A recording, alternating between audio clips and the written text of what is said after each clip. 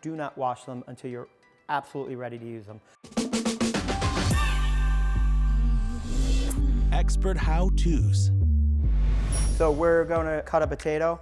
Potato is kind of ovular shape, but it does sometimes have a flatter end. I do not skin the potatoes. All these potatoes were washed ahead of time. When you're standing and cutting anything, you're standing like you would stand in good posture, legs hip width apart and upright, and then it's a much easier technique, especially when you're standing for a long period of time. When you cut the potato, take your time, bolster the end right through the center. All right, you have two sides, straight down the center here. And don't worry about that the potatoes are gonna be a little bit uneven. You can either even them out if you want, or keep them the size that they just cut in half with. And that is how you cut a potato for cottage fries.